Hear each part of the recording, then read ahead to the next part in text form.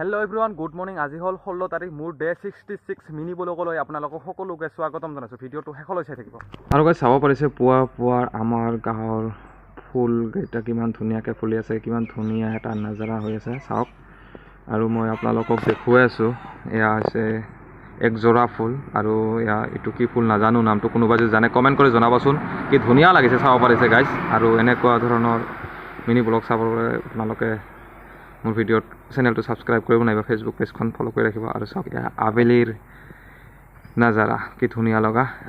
খগা নদীৰ পাৰৰ এয়া ভিউ নাজাৰা, তো কিমান ধুনীয়া লাগিছে।